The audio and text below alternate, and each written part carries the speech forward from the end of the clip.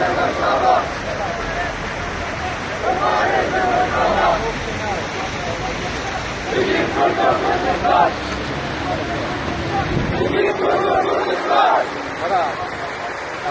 و جان خواه دیگر روش آبابی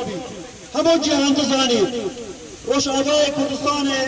خوین 11,000 شهید و 23,000 شهید آتا ازگار کرد باشور کردستان 4,000 شهید و 15,000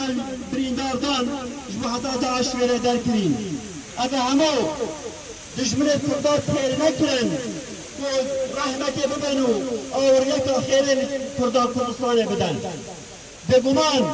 اگر ام دبینین این رو هرش نسر روش آبای کردستان نه هیچ پیوندی بلاجه آدنی نه با کور و باشور روشالات سوریای کرن به پراکتیک و به هیزکا زیده و بجداریا چکدارن بناف اپوزیسیون سوریا به پشتوانی بالافرن شر و چکم پیشکفتی دست به هولن داگیر کرنا روش آبای ولاتی دا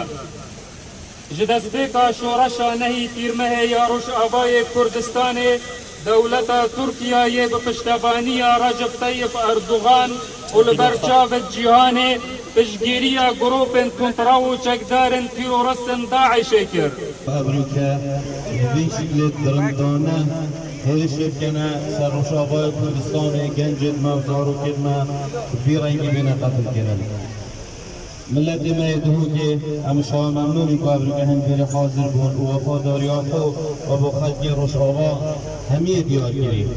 انشاءالله سرکفتن به ملت کرد روش آبا اسوی باوری دامه هر دی سرکبی ادبیت هنده جارا شرادا مروف سر نکبید ولی ارادا ملت کرد ناشکید اگرش کسی نگی چه بید امت بردوامین ام ارادا خود ناش کنین حتی دو ماهی که بگهین آرمان جد خود بجید کرد و کردستان نمیری بو شهیدت کردستان